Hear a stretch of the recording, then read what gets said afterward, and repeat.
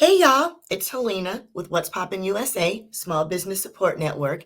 And before I get started, I just want to talk to y'all who thought last week's show with me getting hypnotized was some total staged bullcaca because I have hot flashes just constantly. And especially when I'm wearing makeup and with these lights, I just pour down.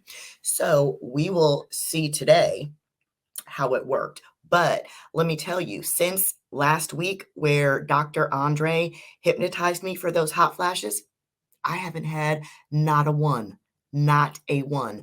So my hand signal was actually just doing this, saying breezy, breezy, breezy, breezy. So when I would get a little uncomfortable, if I drank something hot or ate something hot, temperature or spicy, I would and start sweating, prickling, I would just be like, okay, breezy, breezy, breezy, breezy, breezy, breezy, breezy, and just relax and it would go away. So y'all, it works. Kudos to Dr. Andre up there in Cheese Country in Wisconsin. Now, this week's show, I would love to introduce you to Miss Sam Curtis over in St. Albans, UK. Y'all, I told you, USA and beyond. And she is your life coach and problem solver. So if you got 99 problems, this chick can solve them. Y'all, let's talk small business.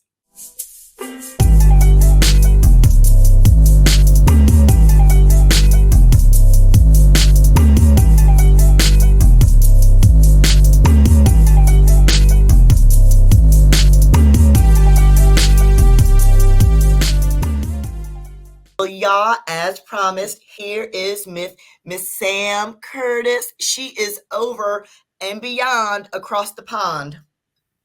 Indeed. Over in the UK with us. Thank you so much for joining us today, Sam. So I'm nosy. I call myself like the stalker ex-girlfriend where I go all through your shit and look and see what you got going on. So I see that you are the quintessential problem solver, right? So you are life coach and mindfulness mentor. And mindfulness is a big buzzword right now. So go ahead and tell us a little bit about yourself, your background, how you got started, and why you got started on this trek. Sure. It's always weird talking about yourself, isn't it? It doesn't matter how much you have to sell yourself. It's still like, oh, wait, me. It's oh, a little yeah. awkward. I know. Feels sticky. Feels But sticky. we love to hear about it. Thank We you. love to hear about it. So yes, I am now a life coach and mindfulness mentor, which has been a lifetime journey. Before that, I have done many jobs. I'm every parent's worst nightmare where I change jobs and figure myself out every couple of years. And I agree, it is okay, but it's, stressful for people that like you to get a job or get your degree, get a job, stick at it, right? But okay, so how old are you, if you don't mind me asking? Not at all. I'm 33. Okay, that's why in your generation, so I'm 50. I'm going to be 51 at the end of this year, right? And December next month.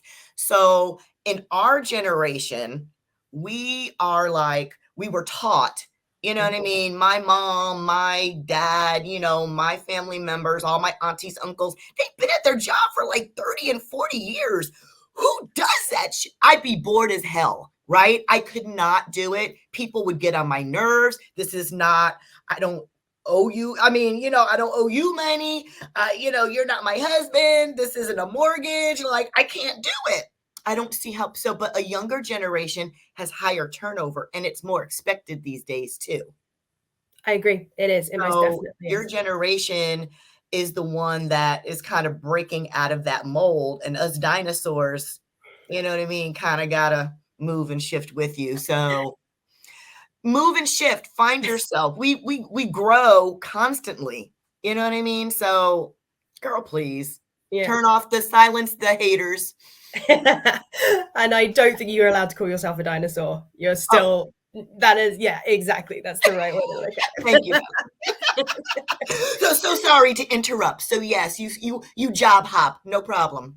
Yeah, so I wouldn't regret any of the jobs. I've had some good ones, I've had some bad ones. I've worked for entrepreneurs for most of my career, which means I have done every hat under the sun. I have a degree in international business studies. So that really helps, that kind of walking in to work with an entrepreneur and having the breadth. Yes. And some of them are great, some of them are not so great to work for, you know?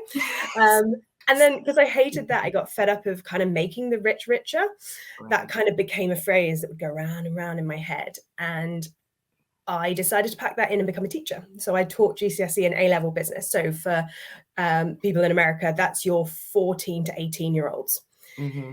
Teaching them business, teaching them all the things that I guess I'd used for the Right. past, decade since Right. my degree. So Right. yeah, so a whole lot of different things, but all of them, to your Awesome point, though. yeah, have led me to that path of being a life coach, knowing that this is what I want, because every one of those steps has helped me get clearer on who I am and where I'm in my zone of genius, to use kind of a buzz phrase. And it's almost like it was a case study for you. Completely. Like a study of all people in all these different environments, you know what I mean? And you processing that and you figured that out to fit yourself and put it in a nice package. I like that. Yeah. So yeah, so it's been a lifelong journey. I'm still working on myself. I always say it to clients, I was like, I ain't perfect. We're I a have work not in got all this progress, stuff. honey. Aren't we all? Yeah. Aren't we all? And we all need support every now and again, right? And we need to be able to reach out to people that maybe aren't family or friends, Right. because sometimes it's difficult to talk about this stuff. And so I love being that safe space for those people at the right time to come share their worries and their concerns and move them on to that next phase of their journey. So, so people don't get confused. What is the difference between like a therapist and a life coach or a mentor? Like, what is the difference between that? Great question. I love talking about this. I've had my own therapist, I've had my own coaches, I've had my own mentors, and All three still doing it. right? And Yeah. we need all three. They All have to all exist. And so the way I kind of cleanly explain that to people is that therapists are fantastic at making you okay with the here and now. Their job is to make each day good, which is amazing and what we need. right. Coaches, and some therapists blur into coaching quite naturally, because coaches go, everything's okay right now, but I want to get there. How do I get that next place? And coaching comes in to give you those steps to move you forward. I don't work with clients who need therapists. I will support them in getting that work done first, because they need to be okay with the here and now. And so exactly. And once they're on a solid foundation, then we can move forward with stuff, but only when they're ready. And then for a mentor, the difference is fundamentally that a mentor shares their own advice. So they share knowledge that they have, training that they've been through, experiences they've had, and they share that knowledge so that you can take from it what you want. Whereas a coach, I'm not here to give advice. In fact, if I'm giving advice, I'm not doing my job properly. Right. I got you. That's a huge difference. That's a huge difference. So do you find people that come to you for coaching and mentorship, are they more of the personal realm or is it more of the business realm? Honestly, it really varies. I love the personal piece, Right. because at the end of the day, no matter what you come to me with, you come as a human, you come as a person. So True. Very true. emotions, decision making, problem solving, all that kind of stuff, Right. right? It's part of being human. It's true. I do have some small business owners. I have some university students. I work with people in employment. I get to work with the breadth of age groups and experiences and things that are going on for them in life. And generally what happens, and this is always really hard to explain, because people come going, my relationships are right. I need a promotion at work. I feel stuck. I don't feel right. It's like there's something sticky, and they're Right. not sure. They go for the They feel external. stifled almost. Yeah, frustrated, stifled, looking at the external, going, right, what out here can I change to make Right. this easier? And what I actually do is make this happen. Right. Right? That's the hard part. Yeah. Yeah. It's easier to look outside of yourself and go, well, if I just have that job, if I just find the perfect relationship, if, rather than going, oh gosh, this is something I need to deal with.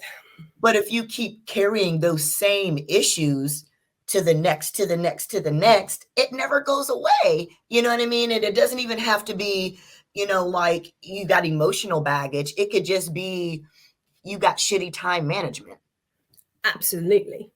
Right? And you don't see it that way, of course, but the world sees it that, you know what I mean? And so, yeah, and it's holding you back, or you're not motivated by something. Oh, well, if I change jobs, I'll be motivated again. Motivation's intrinsic. You can have external motivation. Of course you can. Right. But most motivation's intrinsic, and it's based off your values. If you're doing things that are in alignment with your values, you don't need motivation because it exists. You know what we call that? We call that your why. Absolutely. Why you're doing it. So whatever your why is, it's not the money. The money is what you're trying to get to. But if the money is your why and your motivation, excuse my mouth, but you're going to be pimping yourself out left and right because you'll just hustle for that dollar and it won't matter. Your business integrity, your personal integrity will be out the window. So yes, I do. Yeah. It's funny you should bring up your why. Have you read the Simon Sinek book, seen the TED Talk? I mean, we know Simon Sinek, right? An amazing speaker, great TED Talk for anyone who hasn't. And he's written 2 books that I know off the top of my head. One is about your why, and then him with some contributors wrote a book about finding your why. And I love it. I absolutely love it when a client comes to me and says, I want to do a why session. And I sit down and I use that process and we come up with that sentence. It's his work and he's done an amazing job with it. Right. But the process needs support from someone outside. Right. And then they come to me and I get to watch the pieces come together for them and they learn their why. And it changes things. It changes lives. It's like that light bulb goes off in their head. Because it's so obvious when you start messing around with the sentence. So you look at your contribution and your impact. That's the basis of his why process. So you're looking at the impact and contribution and you're trying to decide based on your themes, which one is which and which resonates. And you can tell, right? The moment the client says the sentence the way that hits home for them, you can see it physically change. Ooh. It's it's full bodied. It's more than just an ooh. It's like this, like your whole life suddenly makes sense. It's like every decision you've ever made just falls into place because you're like, well, of course I do it because of that. But until you get those words, right, the emotional part of the brain doesn't have capacity for language. So we often struggle to put the things that matter most to us into words. Correct. So when something exists to help you put it into words, it just washes over you. And I love that part of my job. I love that. I love that you're so passionate also about helping other people. That makes me excited. That makes me happy. You know what I mean? That gives me the touchy feelings. I love that. I love that. So can I share just before we jump on? Sorry. Before we jump on, can I just share my why? Because I think please. I would love for you. And then I'll share my why too, because I have one as well. So what is your why? Or do you want me to go first, or however you want? I don't mind. Why don't I go first? Okay. So my why is to inspire others to be their natural best so that together we can create a more authentic world. That's what drives me every day. I love it. Yeah. I love it. Mine's not so profound.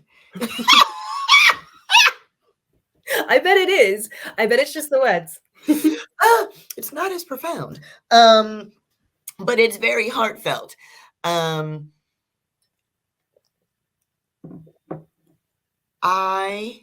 is twofold.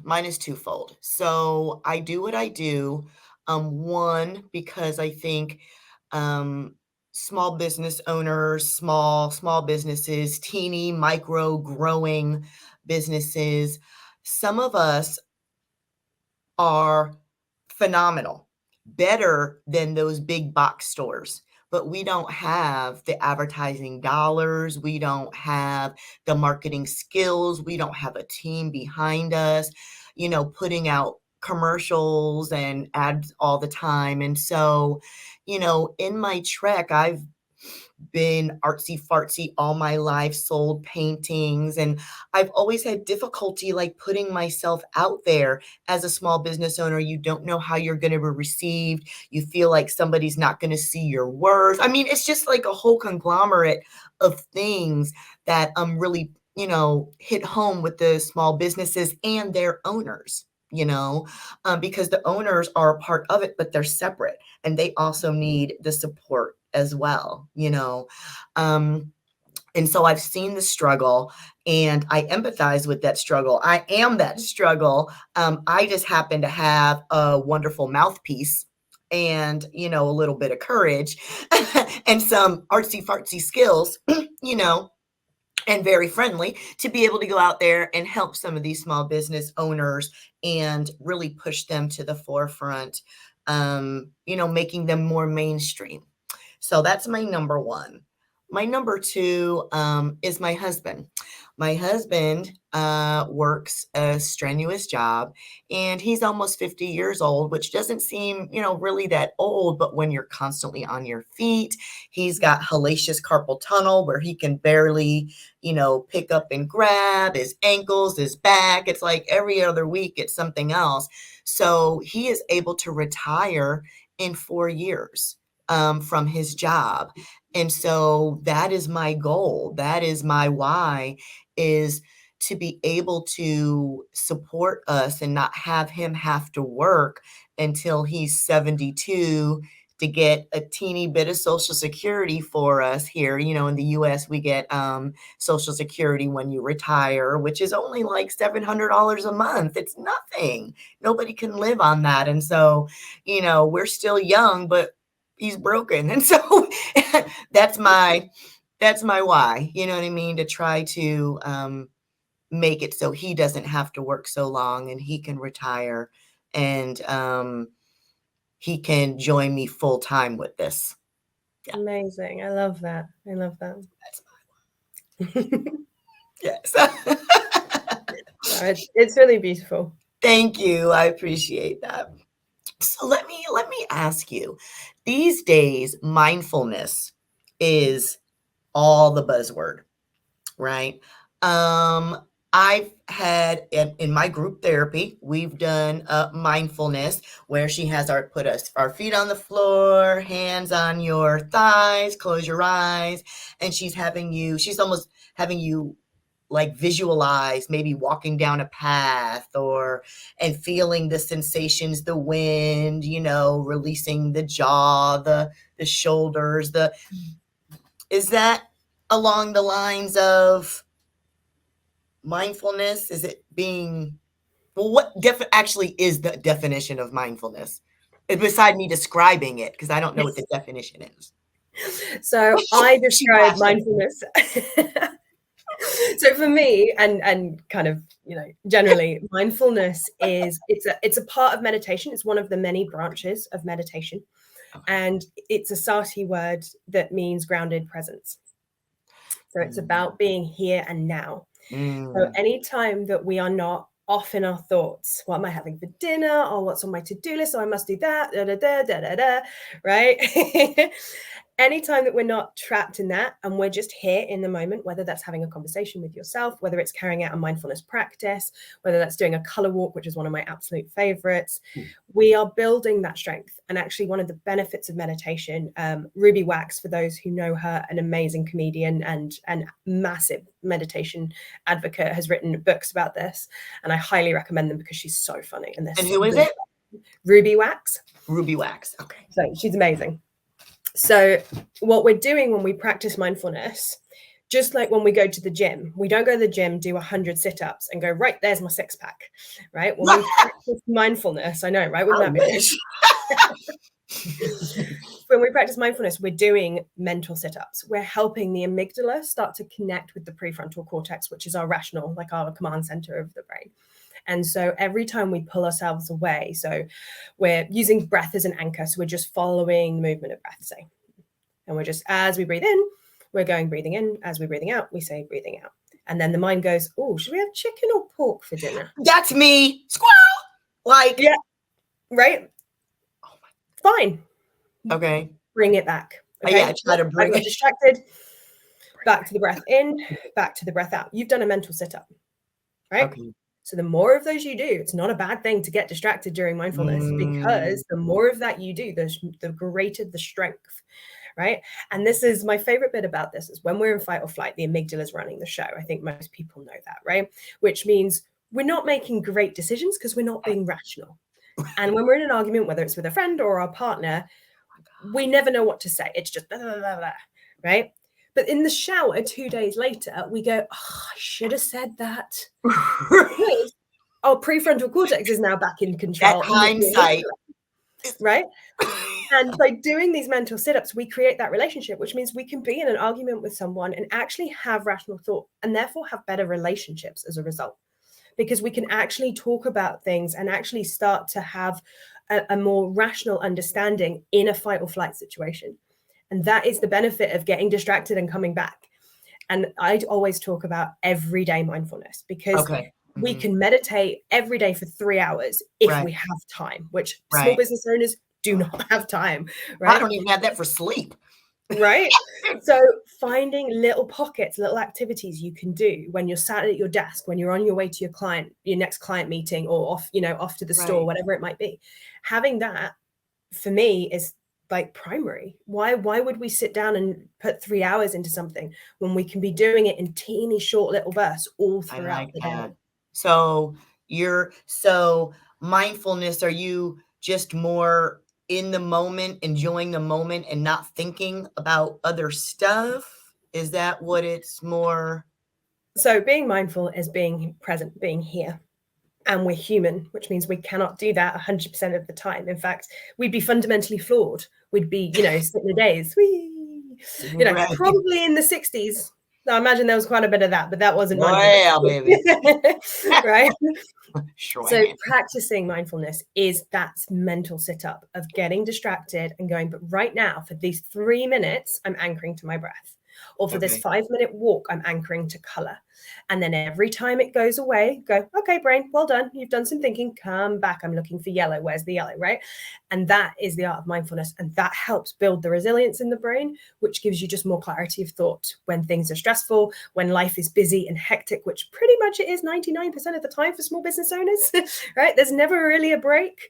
So the more clarity we can have, even when things are stressful and heightened, the better we're going to be in the long term. So you recommend, because we can't do it usually in one solid block. So maybe like in the morning, at least twice a day, morning and evening, if you can get a lunchtime somewhere in there. I mean, obviously, in an ideal world, we'd love to put routine and structure on it. Everyone believes that there's an answer to, I must find the right routine. We're human. Yeah. We don't always fit routine, and we certainly all don't fit the same routine, right? And we shouldn't. Like, there isn't one answer fits all. Otherwise, oh my God, would this be a boring world? Yeah, you're right. It's true. So I say, find what works for you. So when clients have pets, I get them to be mindful with their pets, because you can go through the senses, maybe not taste, because that's a bit awkward, but with your pet, right? So you can have a mindful moment with your cat or dog sat on your lap, or hamster, parrot, you name it, sat there, and go, okay, I'm being present with my pet. So I've got a dog. So I'm here with my dog, and I can see his heart beating or his breath moving. I can feel the soft texture of his fur. I can hear his breathing, right? And and the mind will go, oh, but I've still got to do that for later, and I've got that on my to-do list. And oh, did I reply to that now? I can feel the weight of his body on my lap. I can feel the heat from his body on my lap, right? And just working through the senses. And that's a mindful moment, because every time it goes away, come back and have a proper cuddle, right? Enjoy it. So I like that. If that's and I have 3, so I have my cuddle choice. That's lovely. So, what do you find most small business owners have trouble with? What is there like a top one or two things that they kind of typically across the board have trouble with? Is it slowing down? Like I have trouble relaxing is me. Because even I could be in a conversation with my husband and my mind will start thinking of, oh my God, did I post to Facebook? Did I post to Instagram? And I'm like, why am I doing that? I try to, and he's like, you didn't hear a thing I said, huh? And I'm like, yeah, yeah. Oh yeah, I heard you, honey. You may have heard, but you didn't listen because your Right. mind wouldn't let you. Right. Right. I think you're right. I think obviously there are many things and you solve a lot of those problems for small businesses, but I find that those that come to people like myself or other coaches or even explore mindfulness is Right. that idea of slowing down, of stopping overthinking, stopping the overwhelm, because we know, of course we know, that we're not at our best when we're overthinking, we're overwhelmed, we're not taking in what our husband's saying to us. It could have been the best advice in the world and we Right. haven't heard it, right? We haven't listened to it. Right. So I talk a lot about burnout because obviously small business owners, unfortunately, we do have a tendency to head in that direction, and we obviously Yes. want to nip that in the bud as quickly as Yes. possible. But Yes. I also that I talk about the 7 different types of rest Oh, because we talk a lot as humans about the need for sleep, right? And yes. don't get me wrong, sleep is fundamental. We are not Right. at our best without getting Right. quality sleep. But that's only one of the 7 different types, right? So do tell, do tell. So the 7 different types of rest are really important because sleep is only one of the different types. And actually, there's different ways we can encompass that. So the first type of rest is physical. So physical rest is sleep. It's taking naps.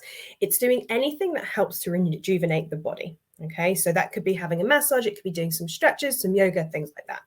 It's resting the body. The second type of rest is emotional rest. So this is having space to be with our emotions, right? Being around people that accept us for who we are and allow those emotions to be present. We spend a lot of time repressing and suppressing for good reasons. We don't want to go into the office and start bawling about something that our kid has done or, that our husband has said that's upset us, or wife for that matter. We need space, whether that's alone and carrying out like an activity like release writing, or with others that just allow us to be fully in acceptance of our emotions. Third type of rest is mental rest. Really common with small business owners not to get enough of this. And that's switching off the to-do list. It's any activity that helps to calm the mind. And this is where mindfulness is absolutely key. So anything that you can do, where you're present and you're not running through your to-do list, or if you're, flicking and you're utilizing that mindfulness practice, right, of getting distracted, coming back. So my other half, he is super keen into tennis. One of the reasons he loves it is he can leave the office, go down and play, and for 2 hours, he's not thinking about anything that happened that day. He is absolutely present with the game and his shot and his movement and all that kind of stuff. For him, that's mental rest, which means he comes back rejuvenated. So that's 3. 4, we have creative rest. So this is anything that restores our kind of problem-solving ability. For many, that will be going back to like childhood activities, knitting, sewing, playing, anything that, kind of gives us a bit of a chance to see things from a different perspective. I'm not particularly creative. So for me, drawing or coloring, things like that, I've tried them and they don't work. But I find things that restore my ability to problem solve. So I love crosswords. I enjoy murder mysteries, even if that's watching one on TV, things like that. Playing board games helps my brain to just see things from a different perspective, rest my problem solving ability, and rejuvenates me. So that's that one. And this is always the challenge with me. It's can I remember them all off the top of my head? Even though I do this day in, day out, they still like, will I remember?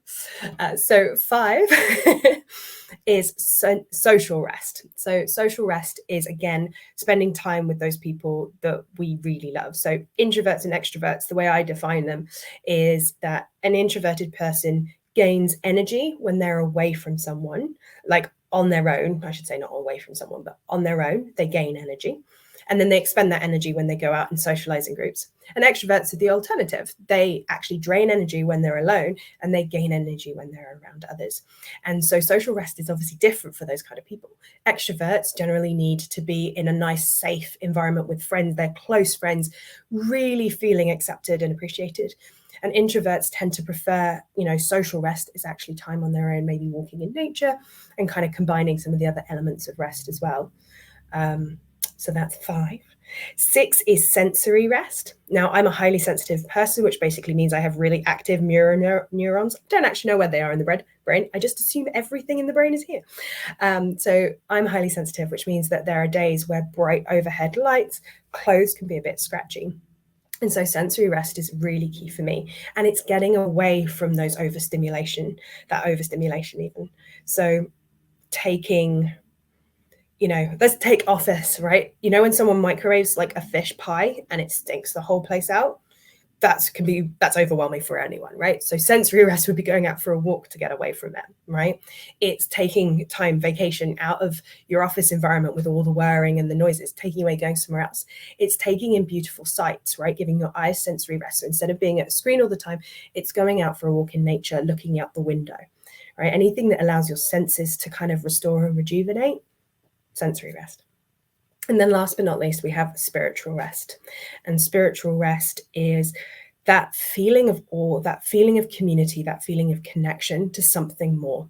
So that could be going to church every Sunday. That could be volunteering as part of a charity. It could be taking in, again, beautiful sights, nature or cathedrals, things like that. Anything that kind of restores that feeling of inspiration of wow, there's something more than me. That's sensory rest. And so a combination of these 7 types of rest is often what's missing with anyone, really. And so finding the right combination can really help restore someone to their full energy, which obviously, as we know, is when we do our best work. So let's see if I can recap them. So 7 different types of rest. We have physical, emotional, mental, creative, sensory, social. I've said social before, haven't I? And spiritual.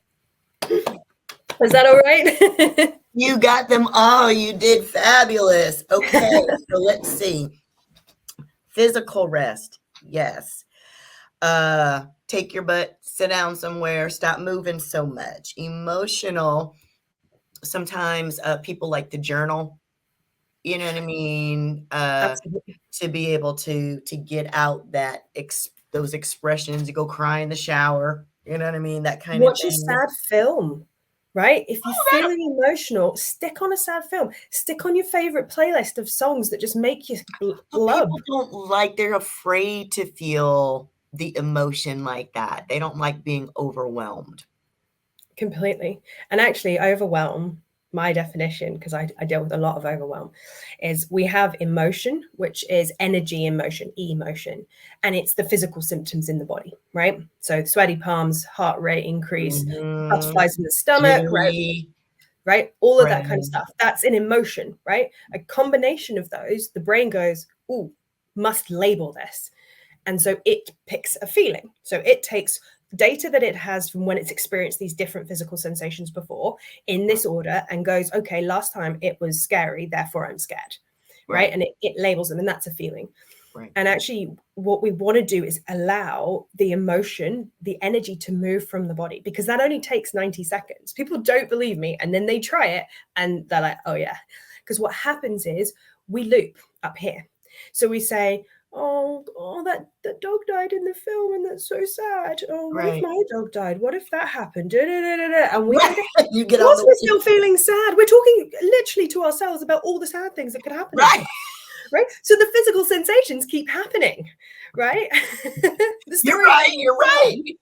But we're trapped in our own thought pattern, right? Whereas if you allow that emotion to flow for 90 seconds, so a minute and a half, you release it. And you have freedom from it. So to your point about journaling, release writing, set a timer for 2 minutes and just go, I'm feeling sad, and scribble like hell. Let the physical emotion move through your mouth. Watch a sad movie, as we've said, listen to sad music, and let the tears fly. My clients,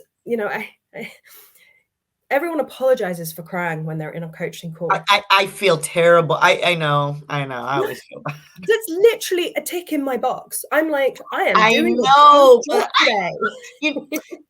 because sometimes most people don't like to see other people cry or get emotional like that. And so we feel like we're going to make you feel bad because we're crying. If that makes Which, of course, then perpetuates it and makes you cry more. Exactly. Now I'm even sadder because I'm thinking you're sad and I'm making you sad. Right? All of it. The wheel. Exactly. That's hilarious. And then I liked to turn off the mental to-do list. Because like I said, I'll be having a conversation in my head or with my husband, and I'll be like, oh my God, I did this. And I have to learn how to, I physically had to like turn my phone off, volume, everything, and go put it away, shut the laptop down, put it away, and just try to focus on him talking or us watching the football game or whatever it is, you know what I mean? But that's hard. You have to make a conscious effort for that one. You do. And, mental load is Google it. It's a really big topic, particularly at the moment, because they're looking into what it means because people's mental loads are increasing. So generally it's women, but we all suffer from mental load. But generally women, and I say business owners as well, they're balancing so many things, and it's the invisible to-do list, right? It's not the tangible thing. It's, I've got to get the kids into the bed. I need to get dinner on the table. I need to do the washing. Did I pick up that from the shop? You know what I heard, and it makes so much sense because it's kind of what you're saying without saying it. I heard someone say that women are expected to work like they don't family, and they're expected to family and house like they don't work. Yeah. So we're constantly on the go, whereas when a guy comes home from work, he's just like, feet go up, he sits down, and he's just like, whatever. But when mom comes home from work, she's still got to cook. She's still got to clean up stuff. She's got to get the kids together. Then they got baths. Then they got, it's never ending for mom, but dad can, and it's a societal type. It is. And thankfully it's shifting. Right. It is definitely shifting. I would say, friends of mine and their husbands, the dynamic is definitely, the husband will pick up more, do more things. They'll, there is definitely a shift towards it's a younger generation, though. That's it. You see, yeah. Mm-hmm. I understand that because it's very different if I look up my family completely, but it's great that it's shifting because mental load is huge, right? Because we call it cognitive fatigue is a real thing. Yeah, absolutely. And if you're running through this invisible to-do list all the time, you are going to burn out. It's not your fault, but you're going to burn out. Right. It just is inevitable. It's like if you keep running your car 24/7, eventually the parts are going to wear out one by one, right? It's the same with humans. Yeah. With us. So I agree with you. It takes conscious effort. And as a small business owner, my advice is to do all the things you've said, right? To set a finish time, turn your phone off, close the laptop down, walk away, and embed in some mindfulness practices.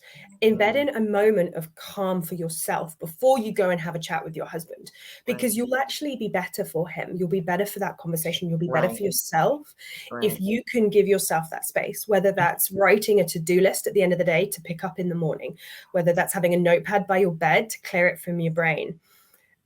Tangible things like that just to help you, and then do the emotional work, do the mindfulness stuff. If you've had a really rubbish day, sit there and go, this has been rubbish. That supplier wants this. This hasn't happened. This client won't pay me. Whatever that, Let the emotions come have your tantrum.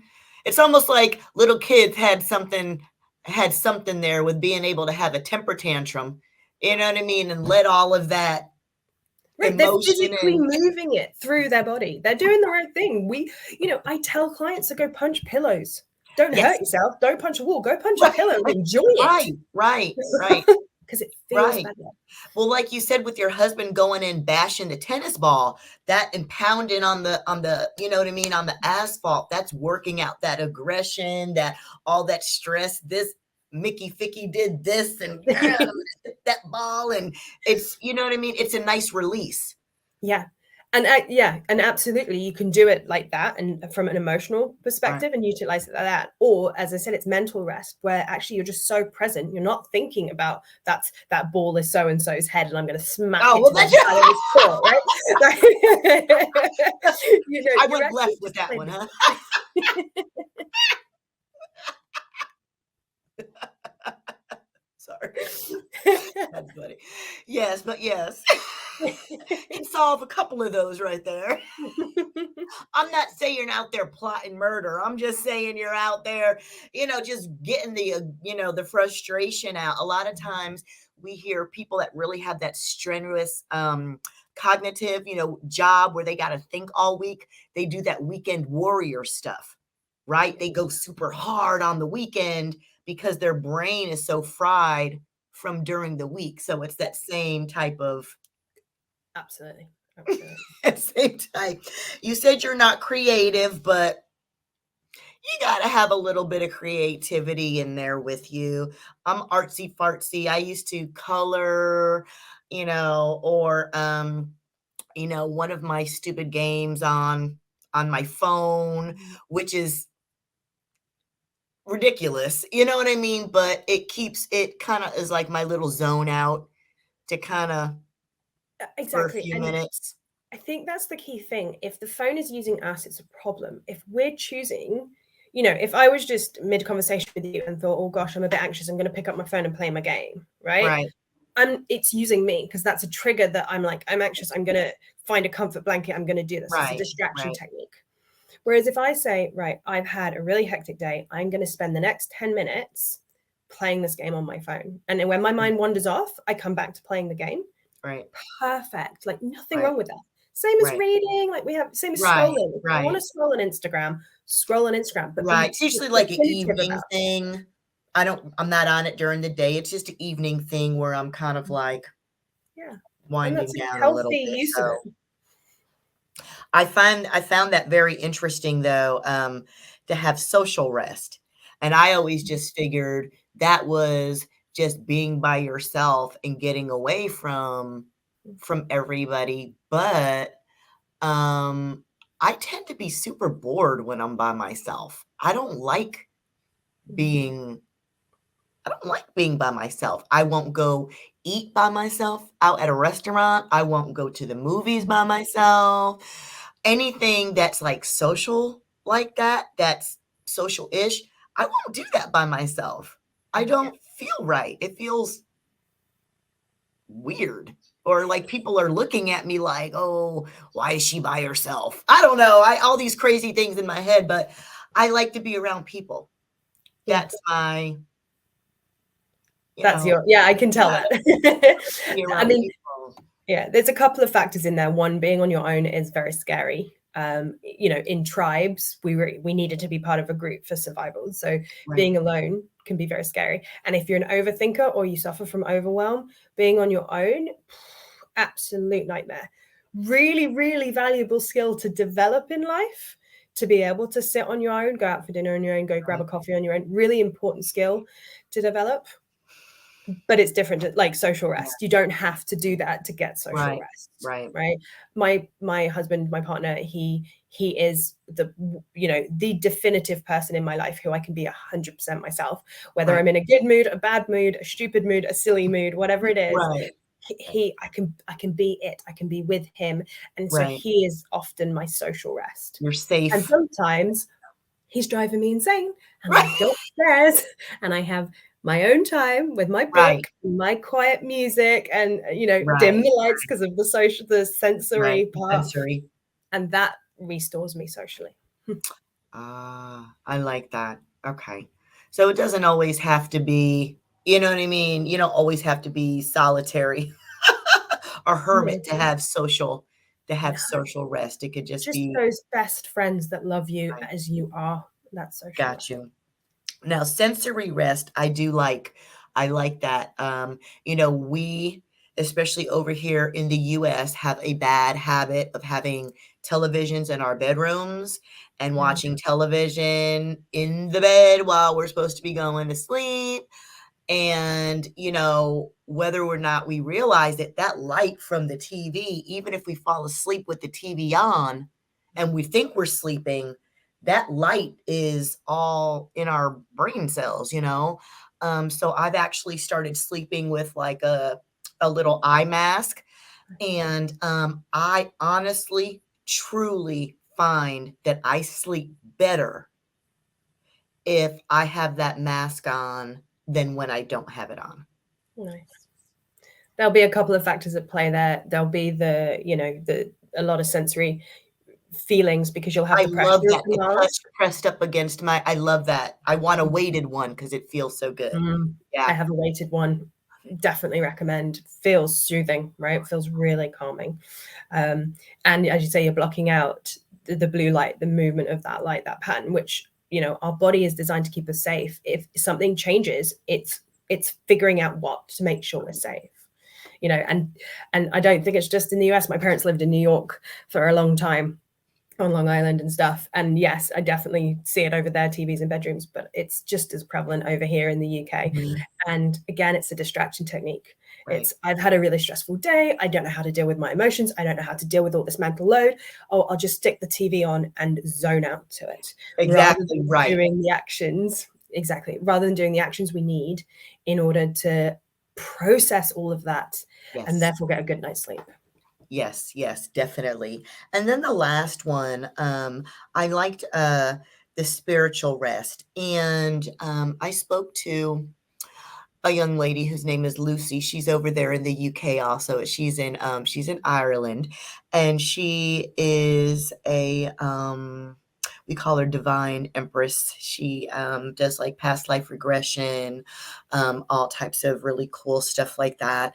And we were talking yesterday, and I told her that I felt a little unsettled. Like I was having, Mm. I don't know if I was anxious or whatever, and she told me I needed to be grounded. And so she was like, "Go outside." So I took my socks and shoes off and literally I have a nice big yard, and went and walked around the yard. So my feet were actually in the ground, on the grass, you know what I mean? And just stood there and just really took it in. And it did make me feel a lot more centered.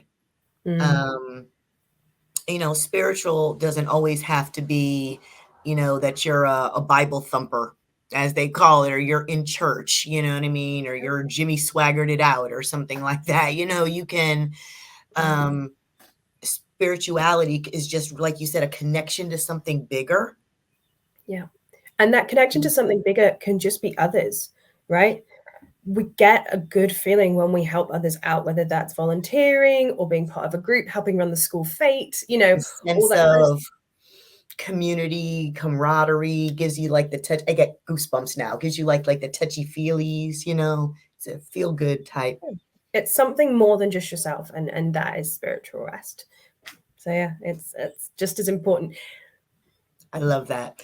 So now, one of our favorite topics, New Year's resolutions. So we are going to talk about this. Now, another gentleman told me, Dr. Andre, that this other gentleman that I interviewed, a holistic practitioner a few weeks ago, and he told me that, do you know most people break their New Year's resolutions by like January 19th? I was Wow. like, oh my God. I was like, we suck. Oh my God. Really? The 19th?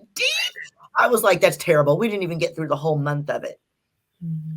So I'm going to put you on your soapbox for resolutions, because we have the best intentions, whether we're going to lose weight, we're going to stop eating chocolate, we're going to exercise, we're not going to get, angry as much, we're not going to curse.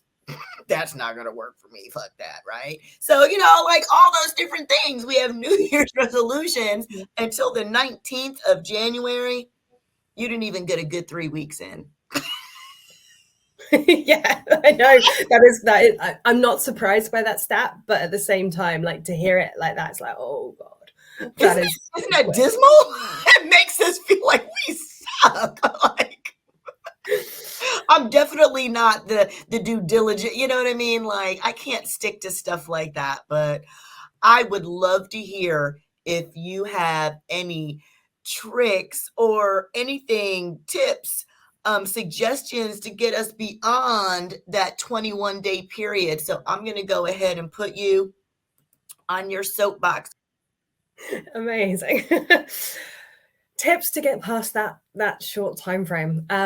Well, firstly, when we plan New Year's resolutions, what we tend to do is we look at where we want to be in a year's time. That is a long time. That's 12 months.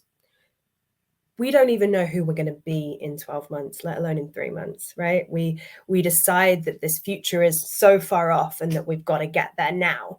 And that's a hell of a lot of pressure. We also design our New Year's resolutions for the good days, right? When we're on top of the world, when we're like, yep, I can do all of this. I'm going to gym, then I'm going to do this, then this is going to happen. I'm still going to do that. And then I'll get some sleep and everything's going to be great. What about the days that aren't so great? Because that's life, right? We never plan New Year's resolutions for those days. And then, oh God. That's like every day. I mean, I'm just saying, I'm listening to you and I'm just like, she's right. Like we plan for, right? But we don't enjoy the journey getting there. We just look for the end result. That's absolutely key. You've hit the nail on the head there. We look at the end result and we don't look at the journey that that's going to take. We expect willpower to prevail. We're humans. We have very little willpower left at the end of the day, if any. Like we don't have a lot of that going on. We should not be reliant on that. And we often don't look at the root cause. What is it that why do we want to lose the weight? Why do we want to give up smoking? Why do we want to go out walking more often? Why do we want to stop swearing? Why? We go back to that why. We don't know. So when it gets tough, it's like, oh, well, I'll just do it. It's fine. I won't go to the gym today. I can't be bothered. Because there's no motivation, there's no value, no intrinsic push, right? We're just reliant on that willpower that we know diminishes so quickly. So are you trying to say that New Year's resolutions are, as you would say, rubbish? No, I think New Year's resolutions can be absolutely valuable because it's a good checkpoint in our year, right? But maybe not that our goal were short term than a year. I talk about purpose a lot, and there's another life coach called Mastin Kipp, and he has done a lot of work around purpose, and and I fundamentally agree with him on this. He talks about purpose as an emotion, not an end game.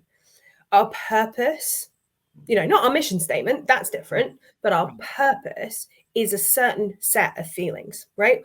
We do things to get that feeling, not to earn the money, not to get the house, not to do any of that external stuff. We do it because getting the money makes us feel good in some way. Right. And so it's the same with resolutions. When we're setting our goals, it's looking at, why am I doing this? What's the motivation behind it? What's the value it's fulfilling? What's the purpose it's fulfilling for me? And then your mindset shifts, and going for a walk every day suddenly doesn't become a challenge because you miss it, because you haven't given yourself that feeling that day. And that's the quickest way you're going to get it. That's true. That's true. That's true. That's true. Anything that you just say blanketly without really having any thought or attachment to is really not going to play out. Like it's not going to last, I should say. You know what I mean? Like if you're just like, yeah, if you're like jumping on the latest fad, like I'm going to do the, I don't know, South Beach diet or something like that. And you don't really know why you're restricting your carb intake, and you don't really know why you're doing it. Just because it's the latest thing, you're not really gonna.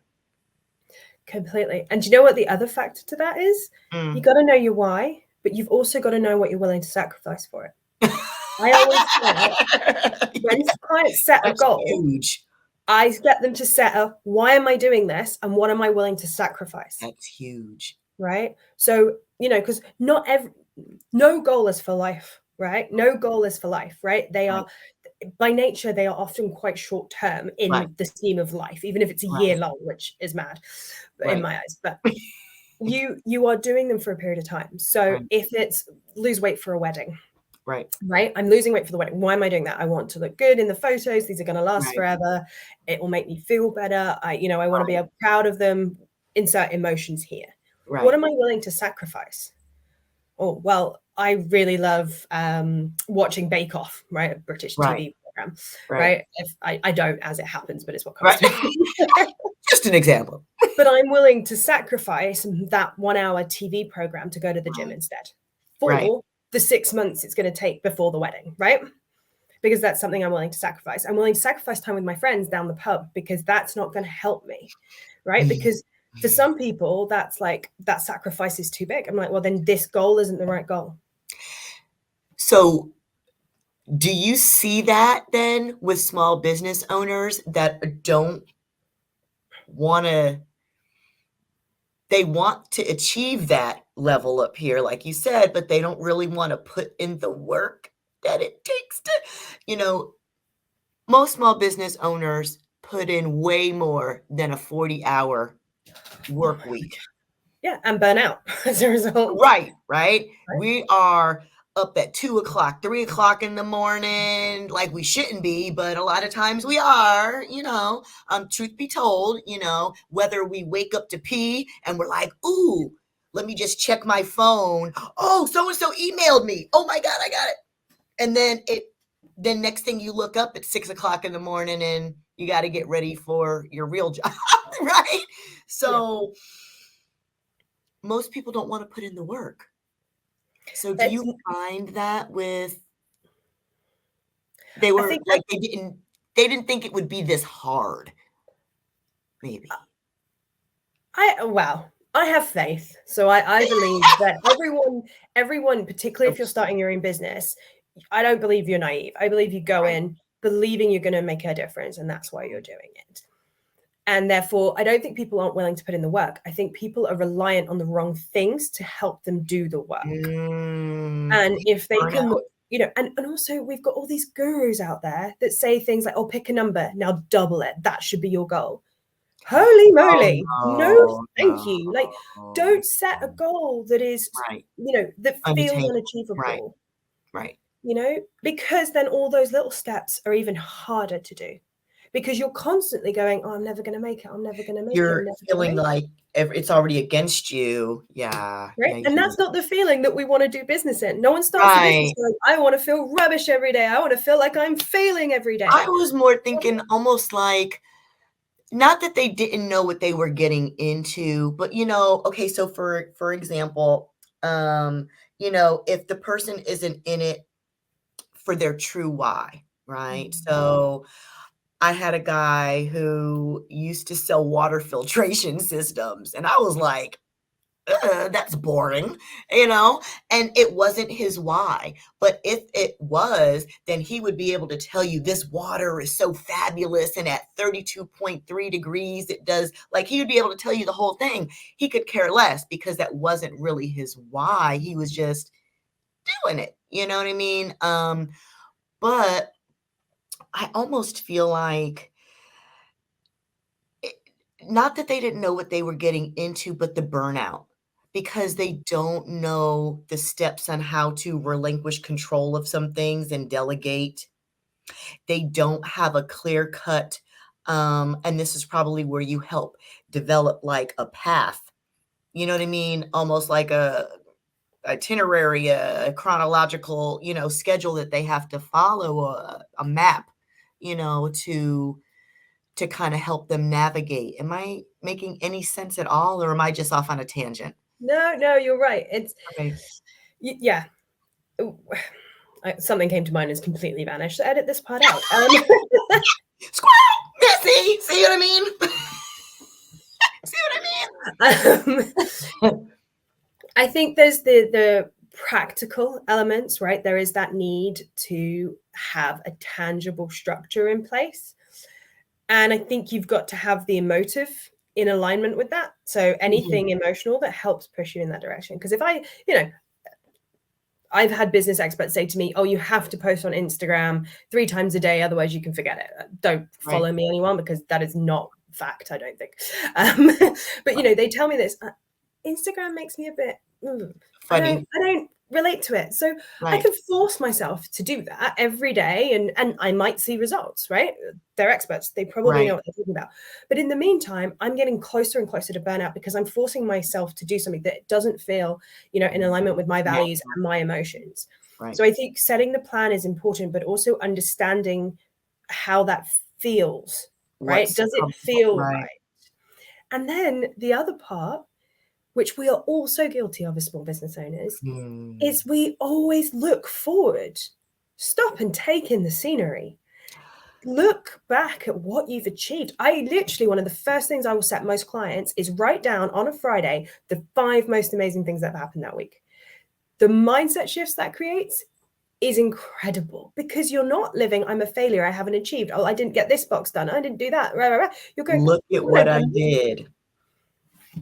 Right.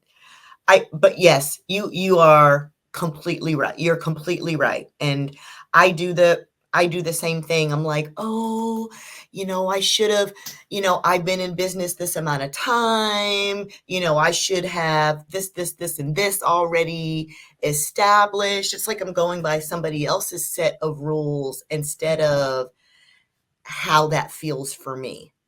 Yeah, completely. I've just had We do a lot of comparison. Yeah. Oh, comparison's a killer, like awful. We've just unfortunately had a family emergency. And so I went from working on the business, everything being fine, to suddenly becoming almost a carer, And so a lot of my time, my priorities shifted massively. Thankfully, everything's going well and it's all right.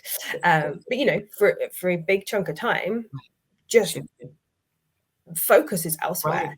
Right. And if I've got all these goals, if I've got all this structure, and I'm not achieving them because I'm doing something that aligns with my values, taking care of family. If I'm not reliant on the feeling, I'm just beating myself up about not achieving that, right? Because you're going to start feeling, right. Oh, I'm falling behind. I'm not going to achieve my goals this year. It's about the feeling. It's going, okay, actually right now, what's most important is, picking my kids up from school. That's why I started this business in the first place. I want to be a good stay-at-home mum, for example, and therefore I put my laptop down at 2:30 so that I can get to 3 to pick the kids up. Right. And knowing that, oh God, I should have done that. I didn't finish that on time. Oh, okay, that's right. It will be there tomorrow. Right. We don't have to achieve it all today. And I think that is where comparison comes in. Because it says we have to do it now. No, if I double my business over 4 years instead of 2 years or a year, who else does it impact? Whereas if I literally burn out within a year trying to double it or whatever, like there is no business in 4 years. Right. Yeah. It's really personal timing, personal, listening to really your body and your mind to know when those spidey senses start tingling for burnout or a pivot change. Completely. How many people have you seen, especially now that COVID is, has come through, have done like a 360 in their business, like they were a doctor. Now they're like a hippie and own like a pot store. You know what I mean? Like they totally 360s, things have changed and shifted. And I guess if you don't go with, with what sits best for you in here, it takes its toll. It does. That's what leads to burnout. Yeah. If we force ourselves to live in ways that do not align with our values, right? The things that I always define values as the things that we're good at that matter to us. Yes. Right. Yes. If we don't spend every day, every week exploring those main values and having something, we will burn out. Right. It's just a question of when. because there's only so long we can push against what matters most to us. Before, and that's like that person that's in that job that they feel stifled in, that they feel like they can't move and they're stuck, right? And so, yeah, I can And they definitely. feel that they've tried everything, but what they've forgotten to do is to look inwards. Right? Right, because we're always looking for external stuff to make us complete. Feels easier, feels more in our control, right? There's Oh, nothing most more in definitely. control than We're our own thoughts. messy.